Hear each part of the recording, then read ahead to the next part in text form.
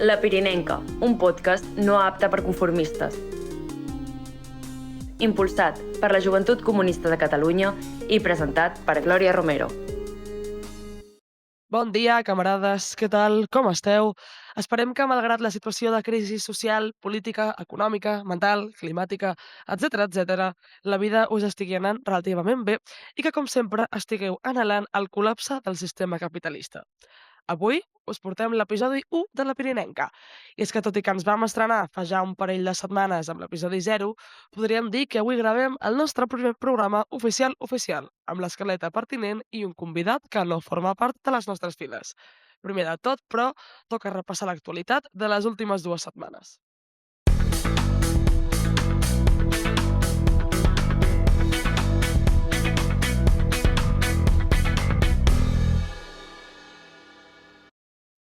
Persisteix la negligència institucional davant l'emergència al País Valencià. En el moment de gravació ja han passat 15 dies de les riuades causades per la Dana, que han afectat especialment l'Horta-Sud i han deixat unes 220 víctimes atribuïdes a la gestió criminal d'Amazon. Les actuacions del president del govern valencià han continuat sent nefastes, amb decisions com ara rebutjar l'ajuda d'una unitat d'elit de bombers catalans. Alhora, s'ha creat una gran xarxa de solidaritat amb centenars de voluntaris que recullen material essencial i es desplacen per ajudar en les tasques de neteja a les zones afectades.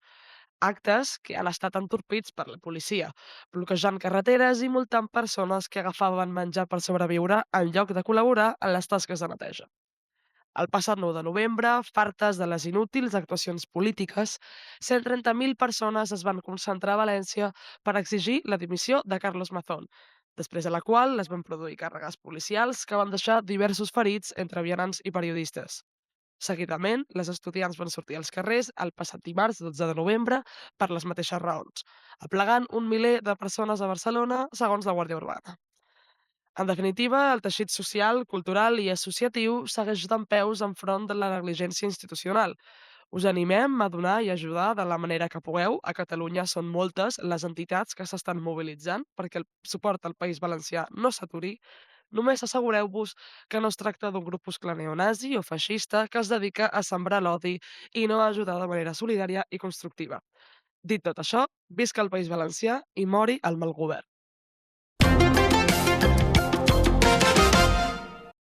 Creix el nombre de palestins assassinats a la Franja de Gaza a mans de l'exèrcit sionista d'Israel.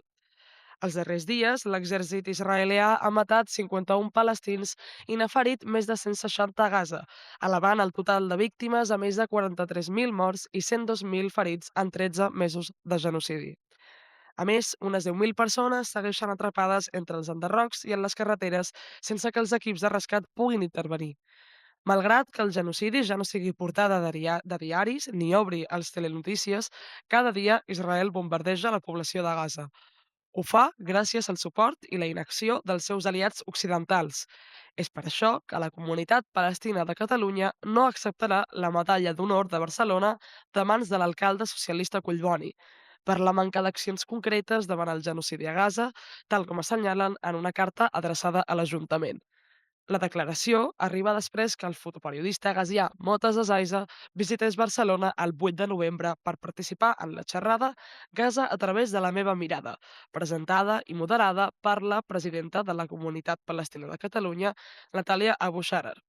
En aquesta, Ezeiza va compartir la seva experiència documentant la massacre del seu poble abans de fugir de Gaza. Ara es dedica a viatjar pel món per intentar sensibilitzar la gent en primera persona. El dimarts 5 de novembre, Donald Trump guanyava les eleccions presidencials als Estats Units amb poc més del 50% dels vots i 3 milions de vots per sobre de la candidata demòcrata Kamala Harris. Novament, l'imperi havia d'escollir entre neoliberalisme i extrema dreta en un sistema de votació complicat i que deixa fora a milions d'estatunidencs. La població ha castigat els demòcrates per les seves polítiques neoliberals i pel seu suport a Israel.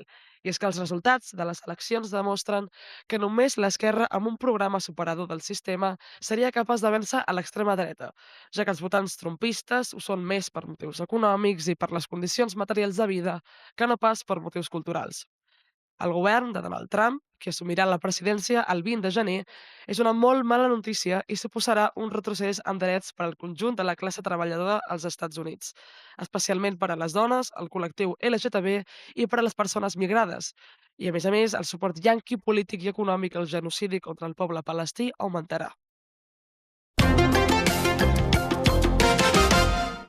La justícia espanyola denega l'amnistia al militant Marcel Vivet. El jove, principalment militant de la Forja, va ser condemnat per la seva participació en una contramanifestació del sindicat policial Jopol a Barcelona al setembre del 2018, en el context de les protestes independentistes post-1 d'octubre. Tot i la llei d'amnistia, l'Audiència de Barcelona ha decidit no aplicar-la, argumentant que la condemna no es va dictar per una manifestació independentista. Vivet va ser inicialment condemnat a 5 anys de presó, però el TCJC va rebaixar-la a 1 any i mig. A efectes pràctics, la decisió de l'audiència comporta que Marcel Vivet no podrà esborrar els antecedents penals per aquesta condemna. Que el seu cas, com el de tants altres militants d'esquerres, ens ajudi a enfortir-nos encara més contra els intents de repressió de l'autoritat. I aquestes serien les nostres notícies destacades. Abans de passar a la següent secció, però recordar que el dissabte 23 de novembre a les 5 de la tarda és la manifestació per un habitatge digne que comença des de plaça Universitat. Jo de vosaltres no me la perdria perquè, entre altres motius, hi ha molts expats que es mereixen que els escridassem a la cara, com per exemple aquest. En Barcelona los pisos son caros para normal personas, pero para mí no es caro, menos impuestos. Más sol es un buen trato. Ara sí que sí, som-hi amb el primer convidat després de la breu pausa antipublicitària. Airbnb fa caixa, però tu no tens casa. Recuperem el que és nostre. Lluita pel teu barri. Afilia't a la Joventut Comunista de Catalunya.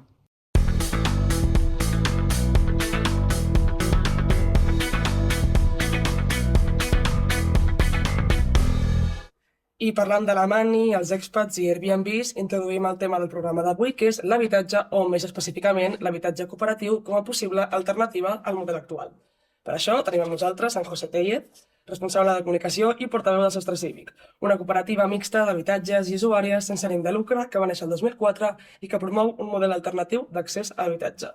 Bon dia. Bon dia. Bon dia. Molt content de participar al vostre programa. I tant. Nosaltres molt contents de tenir un convidat que no sigui intern i poder tenir algú més amb qui xerrar. Escolta, la primera pregunta serà la més bàsica de totes, perquè, clar, si hem de parlar de l'habitatge cooperatiu, hem d'explicar què és l'habitatge cooperatiu, en sessió d'ús i com funciona, perquè mira que jo m'he intentat informar, he llegit molts articles i segueixo com sense acabar d'entendre què vol dir habitatge cooperatiu en sessió d'ús. Sí, és normal perquè la paraula és molt llarga, no? I, bueno, si tenim temps, doncs, ho anirem explicant. Jo, quan ho he de resumir així molt breument, sempre explico que és una alternativa a la compra i al lloguer. O sigui, una cosa per la qual ens costa tant entendre que és l'habitatge cooperatiu en sessió d'ús és perquè fins ara només existeixen 2 vies per accedir a l'habitatge, no? O la compra o el lloguer, no? Amb els problemes que tenen cadascuna de les propostes, no? La compra és inaccessible, no? Perquè exigeix un endeutament molt gran i una capacitat d'estalvi que molta gent no té, i el lloguer doncs, és més assequible que la compra, evidentment, i per això moltes persones acabem allà, però és inestable, no? I no depèn de nosaltres, no? Perquè sempre anem pagant a un altre, no? L'habitatge cooperatiu és una proposta intermitja, o sigui, sí que és veritat que cal una capacitat d'estalvi, ja la parlarem d'algunes xifres després si tenim temps, però després tu tens la sessió d'ús de l'habitatge durant un període molt llarg, bàsicament durant tota la vida, depèn del projecte, a un preu estable, no? O sigui, per accedir als habitatges s'ha de fer una aportació de capital inicial, després pagues una quota estable i tu tens un contracte de per vida. De qui és la propietat dels habitatges? De la cooperativa. I tu només tens, com a soci cooperativista, el dret d'ús a viure en aquell habitatge durant tota la vida. O sigui que, en definitiva, és un model que entén l'habitatge com a un bé d'ús i no com a un bé de mercat. Exactament. I aquesta seria com la forma en què aleshores s'evita entrar en el mercat especulatiu. Està completament fora del mercat especulatiu l'habitatge cooperatiu. És ciutadania, veïns i veïnes autoorganitzades per garantir-se un habitatge fora del mercat i, per tant, a preu de cost. I a part que no només els avantatges tenen a veure amb el preu, diguem-ne, o aquesta estabilitat, sinó que també però un estil de vida comunitària, etcètera. Què vol dir com aquesta forma de vida comunitària? Per algú que no sigui capaç d'imaginar què vol dir aquesta forma de conviure amb algú. Sí, m'agrada que m'ho preguntis perquè molta gent es pensa que estem parlant de comunes o tribus. En tot cas, la vida comunitària ho acaben definint sempre, no? Cada projecte d'habitatge cooperatiu acaba definint, no?, el que vol compartir. És evident que al tractar-se d'un habitatge que es tracta com a bé d'ús i per tant, que tu tens un contracte de per vida de l'habitatge, doncs fomenta una vida més comunitària pel simple fet de que tu estàs fent el teu projecte de vida allà. Moltes vegades ens passa amb el lloguer, no?, que ni ens esforcem a conèixer els nostres veïns perquè potser en 2 anys, en 3, en 5, a lo molt, no, doncs acabarem marxant, no? Hi ha molta rotació, no? Nosaltres, quan projectem edificis d'habitatge, sempre intentem garantir que entre un 20 o un 30% de l'espai total de l'habitatge sigui per espais comuns, vale? I per tant fomentar una miqueta la vida comunitària. I això normalment és perquè la gent ho entengui i visualitzi des de compartir rentadores. No cal que tothom tingui una rentadora a casa. Hi ha projectes que sí, o sigui, això al final no és una cosa que marqui l'habitatge cooperatiu. Això, insisteixo, que ho defineix cada projecte, no? Però molts projectes que tenim de 20-30 edificis, de 20-30 habitatges, s'han adonat que amb 3-4 rentadores n'hi ha prou. Vale? Potser a vegades el cap de setmana, a vegades es fa una mica de cua, però no cal que tinguem tots una rentadora. Això provoca un estalvi enorme, no?, per la comunitat, fins a una sala comuna on fer les festes i tot això. No cal que tots tinguem un menjador supergran per una festa o 2 festes, la de Nadal i l'aniversari que fem l'any, no? Pues tenim una sala molt més gran que la que podríem permetre'ns en una casa nostra, amb una cuina comunitària. Llavors, quan hem de fer una festa, simplement ens hem de posar d'acord amb la comunitat per no solapar-nos, i allà doncs, podem fer la nostra festa d'aniversari, la festa d'aniversari dels nostres nens i nenes, etc. No? I després hi ha la part també o sigui, això és com compartir espais, i després també hi ha la part de compartir serveis, no? No cal que tots tinguem un contracte d'internet a casa. Aquest és l'exemple més fàcil. O sigui, podem contractar un únic contracte d'internet per tota la comunitat amb el màxim de banda d'ample que necessitem i ja tenim internet a casa. Llavors, en comptes de pagar 20 euros per tenir wifi a casa, potser estem pagant 3, 4, 5 euros, no? Depenent de la comunitat, no? I a més ho podem contractar amb una altra cooperativa de les que som amigues, que és Som Connexió. Llavors, per entendre's, això és quan estem parlant de vida comunitària. Hi ha més serveis, hi ha qui comparteix també instructor de ioga, també hi ha... Clar, si tens una terrassa i hi ha una part de la comunitat que li agrada fer ioga, ets molt barat dir-li a l'instructor que vingui a casa i no tu te'n vas al gimnàs, no? Això per posar una anècdota. Però també compartir cotxes, no? Compartir bicicletes elèctriques, no? Que són molt cares i que potser només les necessites un cop a la setmana per anar a comprar, etc. Cada projecte és un món i és molt, molt diferent. I d'on surten els habitatges en si? Perquè vaig llegir i vaig entendre que alguns són preexistents i els rehabiliteu i d'altres es construeixen des de zero. Sí. Nosaltres tenim diferents tipus de projecte. L'habitatge cooperatiu en situació d'ús s'ha fet popular, no? Perquè a Barcelona ha fet una política pública de cedir sols públics, no?, per fer edificis de nova construcció, no? I aquí s'han fet la Borda, que no és de sostre cívic, no? Però després la Balma, Cirerers, que són projectes nostres, no? I d'altres que existeixen a Barcelona, no? Que aquests són solar públic, per tant, és molt més assequible perquè evites comprar el sol, que és més inaccessible a Barcelona, i llavors els veïns i veïnes a través de la cooperativa només han de pagar la construcció dels habitatges, no? I això el que produeix al final és tenir un parc d'habitatge de protecció oficial, perquè tots aquests habitatges són sobre sòl públic i són de protecció oficial, controlat per les pròpies veïnes i no per l'administració, no? Que també té un control, evidentment, perquè és un sòl públic, no? I això evita, no?, el que ha passat anteriorment, no?, i que es critica, que és habitatge de protecció oficial fomentat per l'administració i que després s'ha acabat venent, no?, i ha tornat al mercat privat, no? I després l'altre mecanisme, o sigui, aquests són els edificis de nova construcció. I després l'altre mecanisme que fem servir és un mecanisme que està dintre de la llei de l'habitatge de Catalunya, que és el dret a tanteig i retracte, que nosaltres, que és un dret que poden utilitzar les administracions públiques, com els ajuntaments o la Generalitat, i les promotores socials sense ànim de lucre, com Sostre Cívic, que estem reconeguts així per la Generalitat. I això què vol dir? Doncs que quan un fons adquireix un edifici o un habitatge, nosaltres podem exercir el dret a tanteig per comprar-lo pel mateix preu que el fons l'anava a comprar.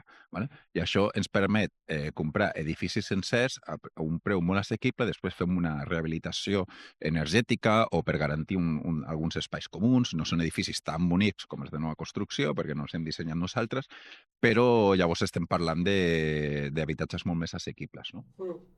Clar. I heu tingut problemes legals en algun moment? Perquè, clar, per idear com tota aquesta trama que també és burocràtica, Sí. us heu trobat com a... Problemes legals no, sí que moltes vegades ens trobem amb problemes de desconeixement, no? Sobretot amb molts ajuntaments, no? Que a vegades la part política ho entén perfectament i tot això, però això a vegades arriba a alguna part tècnica que diu, però això és com un lloguer, no? I les has d'explicar, no. No, tècnicament. Exacte, no? Llavors, per això també estem fent molt èmfasi perquè nosaltres, evidentment, tot el que fem és legal i està blindat legalment dintre de la llei de cooperatives, no? Que té un apartat que parla dels habitatges cooperatius, però que els habitatges cooperatius a Catalunya i a Espanya, no? Tradicionalment sempre havien sigut de compra-venda, no? O sigui, es fa el cooperativisme, la cooperativa fa la construcció dels habitatges i un cop la cooperativa ja està feta, els habitatges estan fets, la cooperativa es dissol i es fa divisió horitzontal dels habitatges. No? Nosaltres esmenem una mica aquest model perquè nosaltres mantenim la propietat per sempre. Vale?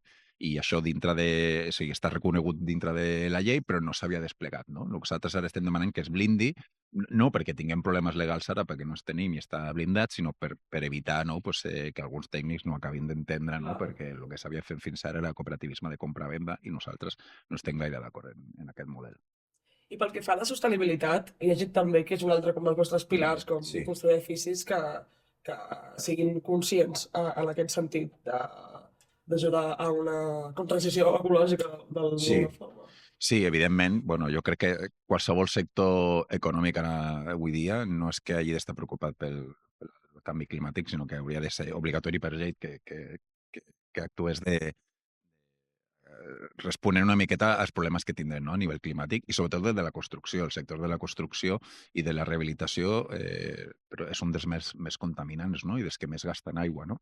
Llavors nosaltres això ho tenim molt present i els estàndards de rehabilitació que fem als nostres habitatges són els màxims, no? Anem més enllà del que reclama la llei, que a nosaltres agradaria que per llei s'obligués a el que estem fent nosaltres. No? I això a vegades té un sobrecost, no? en els habitatges, però tenim demostrat i estem fent estudis que a curt mig termini ens rentabilitza, no? Aquest disseny. I estem parlant ja en la construcció, a construir amb fusta, per exemple, que estem construint, i som pioners en construir edificis de 8 plantes en fusta a Barcelona, no? Això estalvia ja la construcció, estalvia un munt d'aigua, no? Respecte a la construcció en ciment o en formigó. No? I després és un material més resilient per les temperatures extremes, no? De l'hivern i sobretot de l'estiu que haurem de suportar aquí. No? I això al final provoca també un estalvi en els serveis comuns, no? Perquè nosaltres estem instal·lant també, com parlem d'una comunitat, com et deia abans, instal·lacions centralitzades d'aerotèrmia, sempre que sigui possible, o altres sistemes innovadors, plaques fotovoltaiques, no? Sobretot per a tenir energia autogenerada per la pròpia comunitat, i ara també estem implantant en tots els nostres projectes reciclatge d'aigua. Vale? O sigui, un 40% de l'aigua que utilitzem, de l'aigua potable que utilitzem, la tirem pel vàter. Vale? O sigui, per arrossegar la nostra caca, doncs estem utilitzant aigua que és neta, que podríem beure. És absurd. Vale? Llavors, existeixen sistemes que permeten que per l'aigua del vàter vagi aigua que reciclem de la pica. No? Evidentment no és aigua bruta, no hi ha trossos de menjar, sinó que passa per una depuradora, que ho filtra i tot això. Llavors és aigua que no és potable, però que serveix per lo que ha de servir, fins i tot per fregar el terra i tot això. I això estem provocant un estalvi d'un 40%. No? Són sistemes que estem implantant nosaltres, que tenen un cost i que al final ho paguen les pròpies cooperativistes, però creiem que no només hem de fer habitatge assequible, sinó que ha de ser un equilibri. Bueno, i què tens de ser dignes i responsables amb l'entorn, no? O sigui, sobretot en Barcelona, en un context de crisi de sequera com la que estem, no entenem per què no tots els habitatges, aquells privats que tenen un marge de beneficis bastant alts, que no tenim nosaltres, doncs no els obliga a fer aquest sistema. I ara que mencionaves els diners, anem a parlar de finançament, que al final sempre és el que més costa. Segur que molta gent s'està escoltant i diu, molt bonic tot això, però què Però costa? pot què costa? de la butxaca. Perquè, primer teniu com un sistema de sòcies. Sí. Actualment són més de 1.500. 1.600. 1.600, ja. Què implica ser sòcia? Vol dir que sí o sí arribaràs a tenir un habitatge? Tant de bo. Tant de bo les 1.600 sòcies poguessin arribar a un habitatge només entrar, no? És una de les preguntes que ens fan sempre, no? O sigui, des que em faig soci fins que entro a un habitatge, quan passa? Doncs depèn. Per exemple, si vols viure a Manresa ara tenim un habitatge vacant en un projecte de rehabilitació. Et faries soci avui i demà, si vols, ja podríem estar parlant de tenir claus. Nosaltres ara mateix tenim uns 200 projectes en convivència i estem promovent uns 350 aproximadament més, no? Que seran realitat els pròxims 2 o 3 anys. No tots a Barcelona. A Barcelona n'estem fent un parell només ara mateix i després tenim 3 ja en convivència a Barcelona. Llavors, clar, tothom vol viure, la majoria de socis, com al país, no? Pues volen viure a Barcelona, no? I a Barcelona és on tenim més demanda i on tenim menys oferta, no? Però a fora de Barcelona és més fàcil i tenim moltes places vacants. Llavors em preguntaves per què implica ser soci. O sigui, qualsevol persona pot fer-se sòcia de Sostre Cívic. Això només implica, com fer-se soci de qualsevol cooperativa, una aportació de capital de 100 euros, que si mai et dones de baixa se't retorna, vale? I després una quota trimestral estàndard de 30 euros al trimestre, vale? Que a més tu pots desgravar. Vale? Llavors, i tenim quotes reduïdes i tot això per a col·lectius específics, gent jove, etc. I què et dona dret a això? Doncs que quan sorgeixi una vacant, tu t'hi pots apuntar. I com ordenem les vacants? Doncs sempre s'han de complir els requisits, perquè sobretot si hi ha col·laboració pública s'han de complir una sèrie de requisits que no marquem nosaltres, sinó l'administració pública.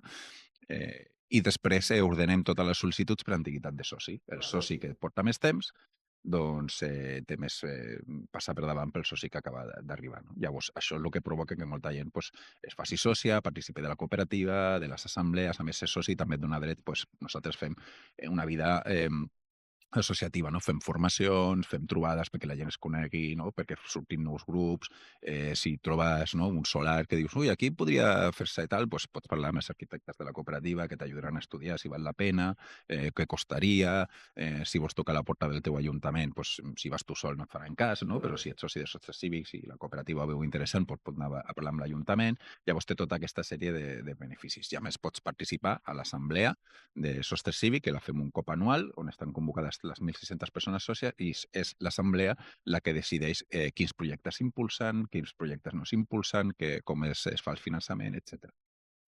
Aleshores, el camí com d'una persona que entrarà en un habitatge cooperatiu és, número 1, fer-se sòcia, 2, trobar una... Sí, pot trobar una vacant que ja està disponible i ja pot accedir, o pot crear un grup, no?, per tal de que la cooperativa l'acompanyi a l'hora d'impulsar el seu propi projecte d'habitatge cooperatiu. I aleshores s'ha de fer una despesa d'entrada. Llavors, trobem una oportunitat, trobem un sòl o un edifici a rehabilitar, o directament ja hi ha una vacant en un habitatge i vols entrar. Doncs per entrar-hi a viure, tu ja ets soci de la cooperativa, tot això que hem explicat abans, has de fer una aportació de capital inicial, vale? que és retornable, que el dia que marxis es retornarà íntegrament, perquè funcionaria com una espècie de fiança, per entendre's, que no és una fiança, que és una aportació de capital, i després tu pagaràs unes quotes mensuals, vale? Que són permanents. Durant tota la teva vida pagaràs unes quotes al mes. Això per què és? Per entendre'ns, és com una hipoteca. El que passa que nosaltres, evidentment, som una cooperativa sense ànim de lucre, no tenim una caixa forta de diners per impulsar tots aquests projectes. Sempre que necessitem diners hem d'anar a buscar-los, com si volguéssim comprar una casa. Llavors, on vas? Als bancs. Vale?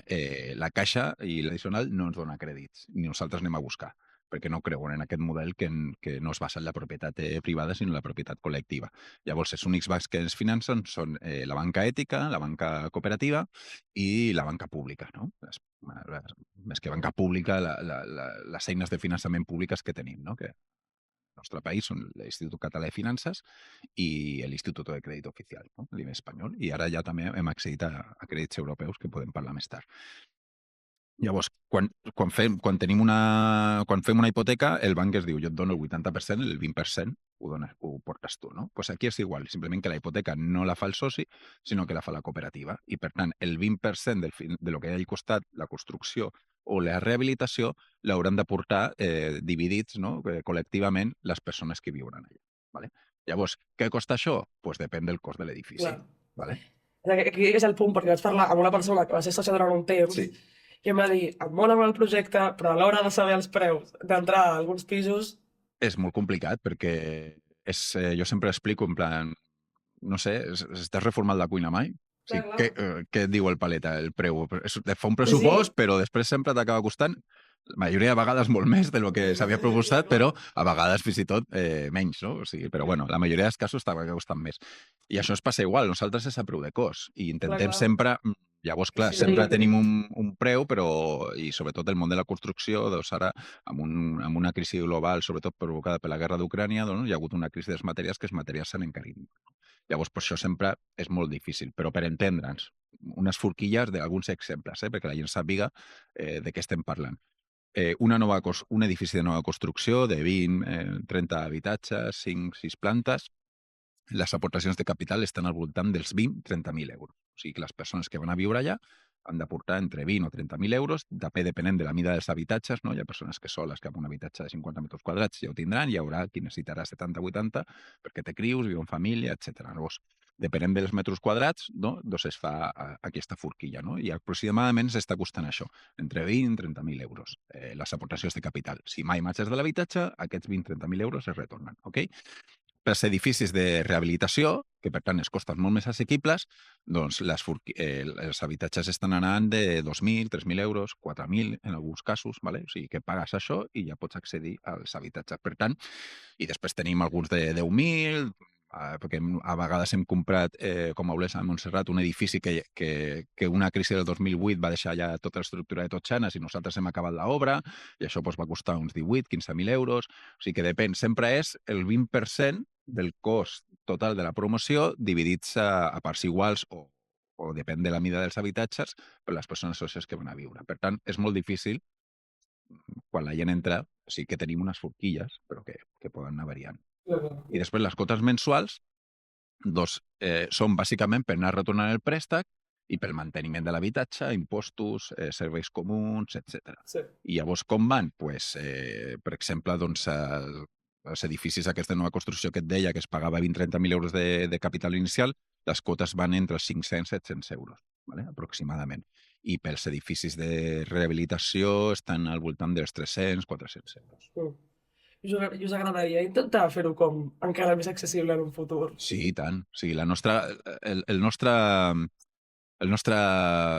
utopia o ideal, sí, exacte, és que, clar, d'aquí 20-30 anys, quan haguem de retornar els préstecs, doncs, clar, la nostra idea és continuar pagant quotes, vale? Que potser poden ser una miqueta més reduïdes, però també per evitar, no? Pues que, mira, d'aquí 20-30 anys, qui s'ho trobi, mira, ja està tot pagat, només pago el manteniment i ja està. S'haurà d'estudiar perquè potser cal fer una altra inversió de manteniment en un edifici, perquè 20-30 anys pues, els edificis pues, es fan malbé i s'han d'arreglar, però tindrem també tota la quota, diguem-ne, els excedents, diguem-ne, per dir alguna cosa, clar, som una cooperativa sense ànim de lucre, no som una empresa capitalista i, per tant, què farem amb aquests excedents? No els repartirem entre els socis, sinó el que l'invertirem en fent habitatges. I, per tant, cada cop necessitarem menys eines de finançament bancari, no? I tindrem més diners per poder impulsar els nostres propis projectes a pulmó, com es diu popularment, no?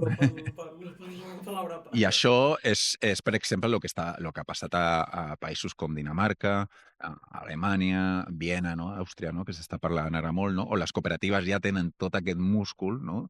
I llavors, doncs, clar, cada cop els habitatges cooperatius seran més assequibles, no? La gent que està començant ara, no? Que estem començant ara, doncs estan fent el principal esforç, però sobretot estem treballant en un futur, perquè quan anem acumulant i ja controlem una part, les pròpies veïnes controlin una part del parc total d'habitatges de la seva ciutat, doncs això també ajudarà per fer cada cop habitatges més assequibles i també serà un regulador dels preus del lloguer i de compra, no? Perquè si tens una competència, no, dintre del mercat capitalista que funcionen així, no? Si tens una competència que està oferint habitatges més baratos, no, pues també el lloguer no podrà ser més alt perquè si no pues la gent passarà al cooperativisme. No? Uau, tot molt pensat.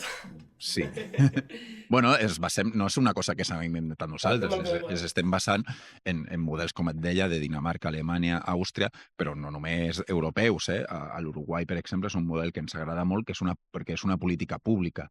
¿Vale? És el Ministeri de Vivenda del govern estatal de l'Uruguai que està fomentant des de fa molts anys el cooperativisme d'habitatge, a més molt popular, basat en sindicalisme obrer, molt basat en l'autoconstrucció, la gent es construeix les seves pròpies cases, tot amb eines del Ministeri de Finançament, de suport tècnic, etc. Per tant, és el propi ministeri que està donant eines perquè la gent s'autoorganitzi els seus propis habitatges. Llavors, clar, sí, són models que a vegades ho dic perquè no és una cosa eurocentrista que només passi a Europa, passa a molts llocs del món. Totalment. Vale, anem a parlar, com t'he mencionat abans, de l'article que ha sortit a Públic on tu parlaves, que es titula El parc d'habitatge cooperatiu a Catalunya es duplica en només 3 anys. Com s'ha aconseguit això?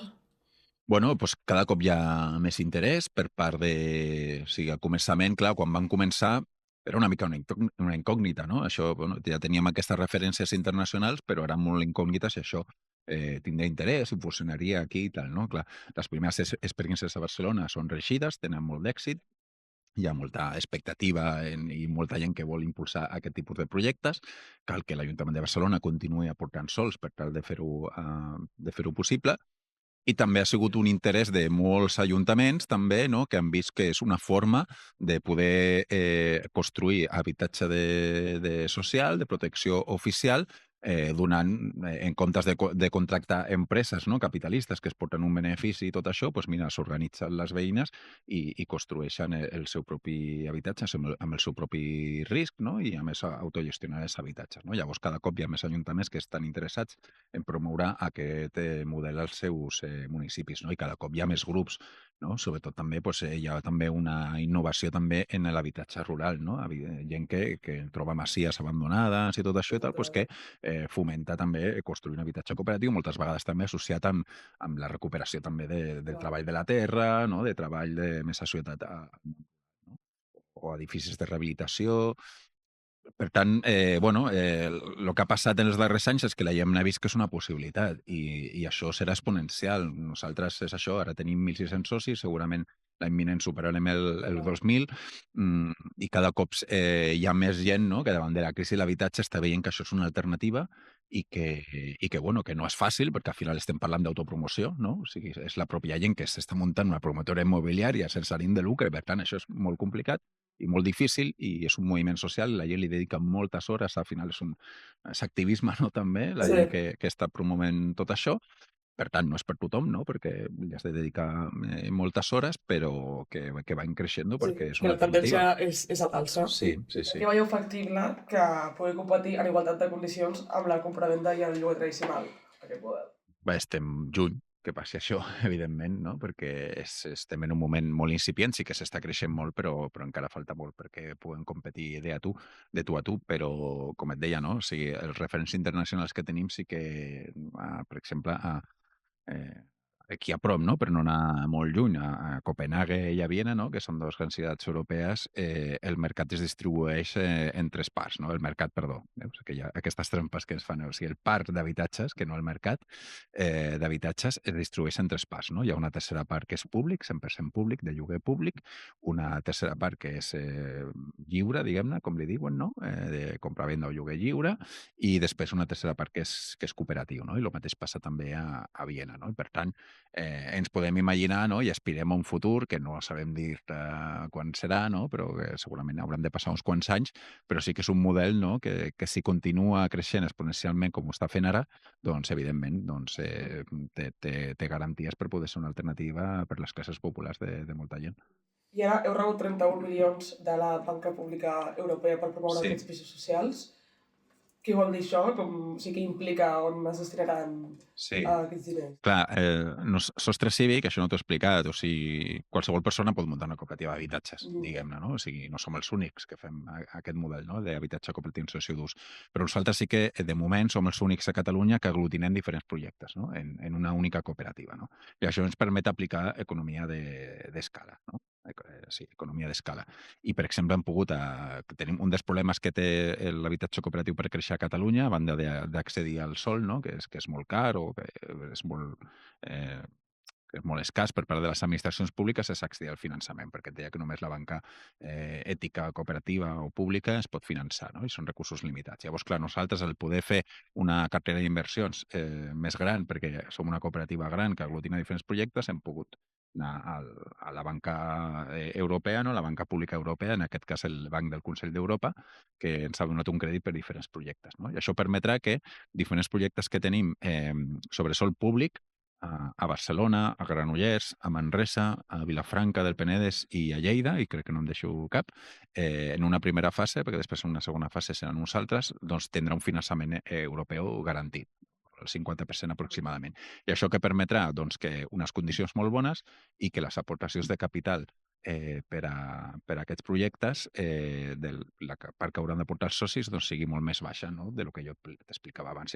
Si estem acostumats a que sigui al voltant del 20% del cost total de la promoció, aquest finançament permetrà que sigui entre un 8 i un 12%, no? I per tant doncs, permetrà reduir aquestes aportacions de capital i per tant més gent, no?, amb menys recursos doncs, hi podrà accedir.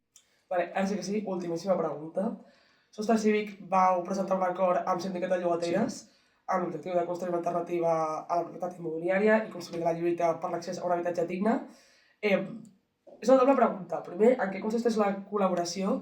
I després, que al final entenc que això neix com del sentit de dir un projecte com Sostre Cívic fent habitatge cooperatiu no treu que, o ha d'estar complementari amb una lluita més general per abaixar els lloguers, etc i aconseguir un habitatge digne com en un plano més general. Sí, vale, doncs en què consisteix l'acord, que va ser que és a través d'un conveni que teníem signat. Tots els socis de Sostre Cívic i tots els afiliats o sigui, tots els socis de Sostre Cívic són afiliades del Sindicat de Llogateres i tots els afiliats del Sindicat de Llogateres no són sòcies, però sí que poden accedir, poden participar de la vida cooperativa de Sostre Cívic i si hi ha alguna vacant que a algun soci li interessi, doncs respecte a qualsevol nou soci té preferència, diguem-ne, no?, en aquesta ordre de llistes, no? Però sobretot, més enllà d'això, no?, que és o sigui, compartir una miqueta les formacions, les xerrades, les assemblees i tot això que fem. L'objectiu és això que deies, no? O sigui, nosaltres no fem habitatge cooperatiu perquè sigui més assequible i perquè hi hagi gent que digui mira, allò s'ho fareu la resta, jo me monto aquí mi comuna i ja està. No treballem amb aquest objectiu.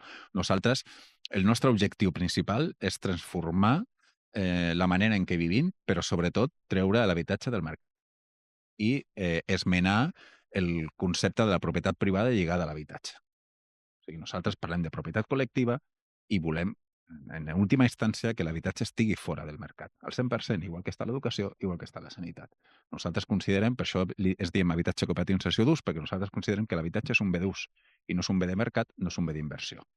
I, per tant, o sigui, no és que vulguem fer nexes amb el moviment per dret a l'habitatge, nosaltres formem part del moviment per dret a l'habitatge, que ara, i llavors els nostres 1.600 socis i sòcies, la immensa majoria són llogateres, no? I per tant, doncs, molts ja són afiliats i afiliades del Sindicat de Llogateres i també volem donar un horitzó també al moviment del sindicalisme de lloguer, perquè l'aspiració no és eternament a ser llogaters, no? O sigui, hem de tenir i tampoc podem permetre que l'única aspiració de les persones que volen deixar de ser lloguer és tenir una propietat privada, no?, que és l'única alternativa que dona el capitalisme, no? Llavors, l'habitatge cooperatiu dona un horitzó de transformador diferent, no?, al de ser sempre pagar la renda a un rendista o a ascendir socialment, no?, que cada cop serà més impossible, més difícil, si no dir impossible, no?, que és el tenir un habitatge propietat. Llavors, nosaltres volem que l'habitatge cooperatiu tingui aquesta aspiració. Com ho farem? Hem estudiat ja diferents casos i amb el sindicat de llogateres estem treballant intensament estudiant en casos, sobretot d'aquells blocs que són propietat de fons que estan en lluita, veure de quina manera podem utilitzar les eines de sostre civil per a cooperativitzar aquells habitatges, no? I que un bloc sense de llogateres puguin passar a ser cooperativistes, no? Exercint el dret a tanteig i retracte. Encara no ho ha aconseguit, no sabem quan ho farem, però és un model que ha permès créixer molt el cooperativisme d'habitatge a altres països i que segurament sols no ho farem, necessitarem que canviïn lleis, accedir a finançament, etc. Però ens agradaria que poder cooperativitzar blocs sencers en lluita, no? I que el cooperativisme d'habitatge sigui una eina dels llogaters i llogateres per deixar de ser llogaters i llogateres. Doncs moltíssimes gràcies per A vosaltres. l'explicació. Han quedat com molts temes pendents que tant de bo Per en sol, una altra ocasió un altre dia. parlar, però molt interessant tot el que has dit, així que gràcies per venir. I A vosaltres per convidar-nos. La feina, també. I quan faci falta, venim aquí a explicar. El senyor Salvador Illa Roca resta investit president de la Generalitat de Catalunya. No ens conformem amb pactes de misèria. Lluitem pel que és nostre. Tenim tot un món per guanyar. Afilia't a la Joventut Comunista de Catalunya. I camarades, això és tot per avui. Gràcies per escoltar-nos i esperem que tant el tema com el convidat us hagi servit per entendre una mica millor què és l'habitatge cooperatiu. I ens veiem al pròxim programa que es publicarà el 29 de novembre. Fins aleshores, que vagi molt bé i seguiu anhelant el col·lapse del capitalisme.